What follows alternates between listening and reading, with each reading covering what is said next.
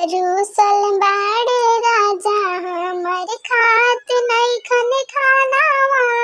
रूसल बाड़े राजा हम चटनिए खातिर राजा जी चलौले चटा कानावा।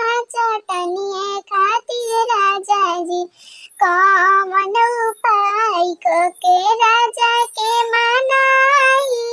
कवन कवन खाना हम बनाई के खियाई। कौन कौन खाना हम बनाई के खियाई। सासु ननदिया हमर मारेली तानावा।